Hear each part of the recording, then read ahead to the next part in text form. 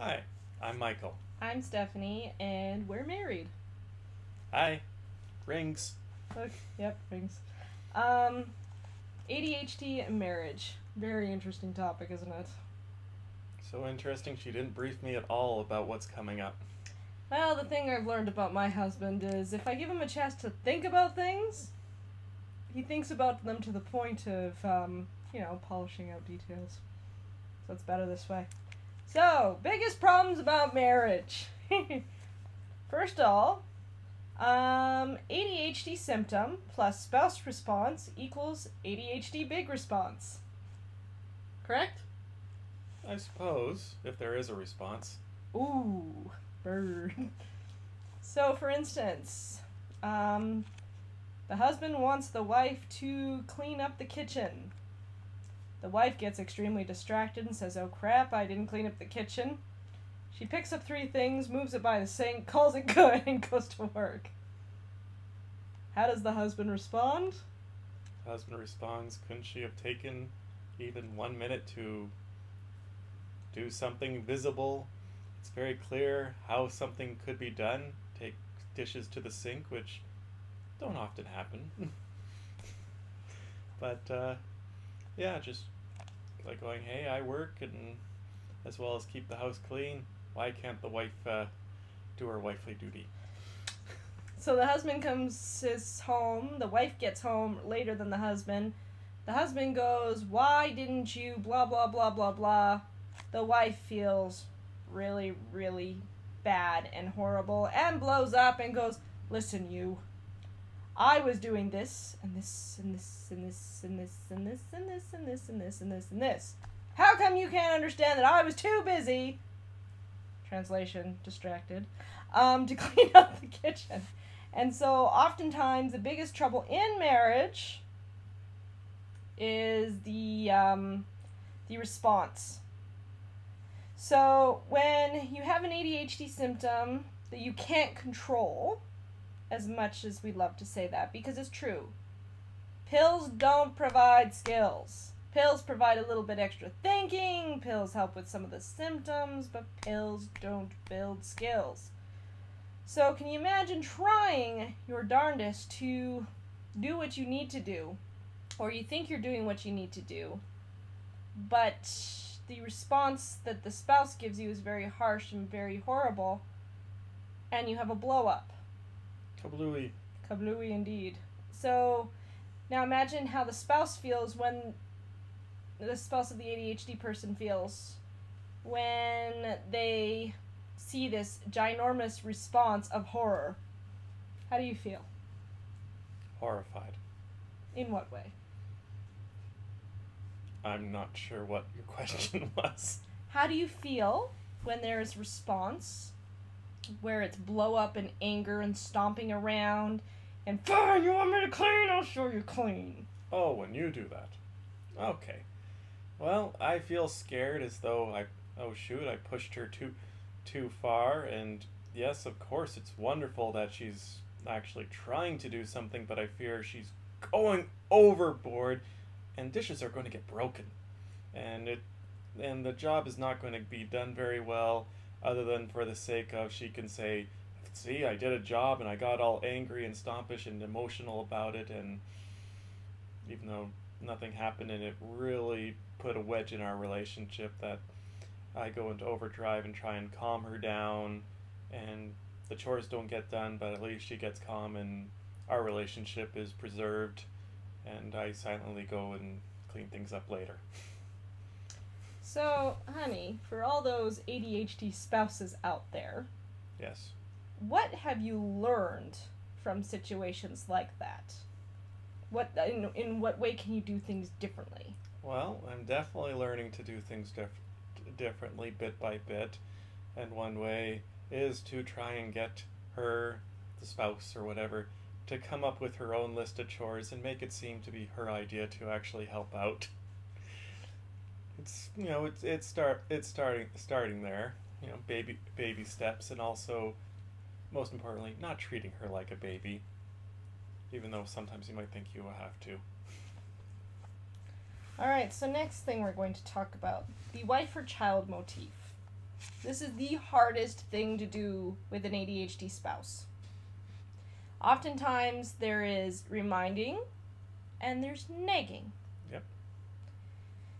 Now, what's an example of nagging, Michael? An example of nagging would probably be me harping on you to take your dishes from the TV room and put them in this by the sink time after time after time after time, always telling you to do this and just saying, nag, nag, nag, why won't you do this? Why won't you do this? Or it sounds something like this. Stephanie, how many times have I told you? The dishes belong next to the sink. They don't belong on the floor. Duh! Anyone should know that. Don't you see the dishes on the floor? Don't you remember the dishes on the floor? Can't you remember the dishes on the floor? In my defense, I don't think I sound quite like that, but I'm sure that probably is what she thinks in her head that I sound like. No. This is my parents. That's Oh. the example of an egg. He's not like that. I'm talking about the example of my parents here. Like when I was an adult, for instance, and let's say that, I don't know, I got distracted with the doorbell ringing. There was no plate after that. That's the way it was. This was before medication. Before I was on my medication, if the doorbell would ring or if someone would talk to me, I didn't remember the plate. I didn't remember that I had a plate. I didn't even remember I was eating with the plate. So it would go out the window. Now, what is reminding, Michael? Reminding is gentle reminders and definitely making sure that it is at the ADHD or spouse's initiative that you are reminding them. They ask you, please remind me of this. Or also a gentle reminder, let's say, yes, I left the plate. Oops.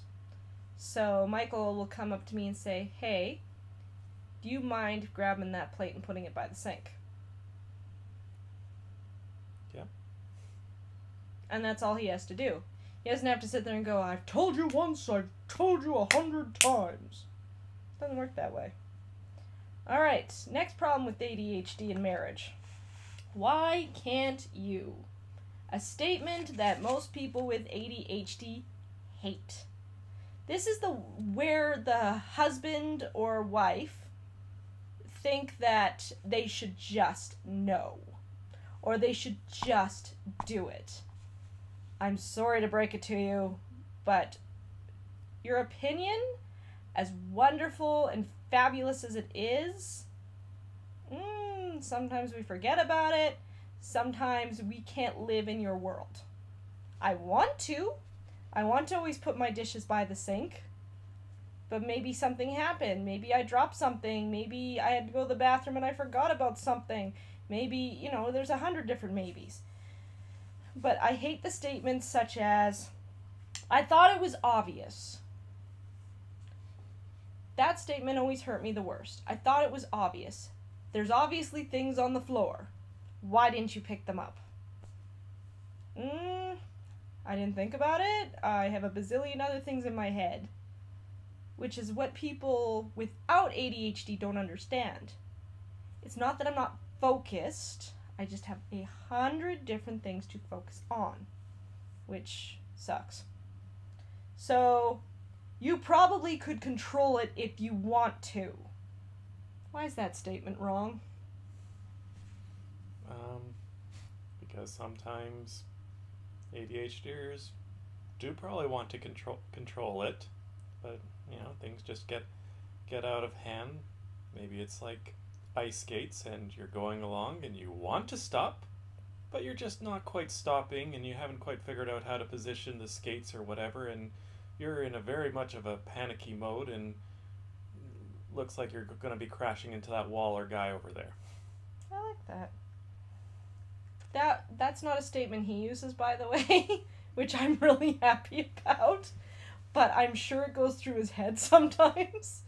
Like, why couldn't you had 3 things on your list, just 3, and you accomplished half of one. Not even one, half of one. Why can't you just control your focus and just do it? And believe me, I'm sure he's thought that 100 times. But the one thing I love about Michael is that he's very patient with me. I can't imagine what it's like on the opposite end of the spectrum, where you're just hoping that you'll come home and you'll find something, anything done. Yes, I've been there. And maybe one thing's done, or maybe nothing's done, but you got the biggest hug of your life and you're going, oh, she's so cute right now. I don't care if she didn't do anything. But whatever it is. The other one I hate is, yes, you were doing things. Yes, I get you wanted to paint or whatever it is. But this is not what I wanted. I wanted it this way. You did that.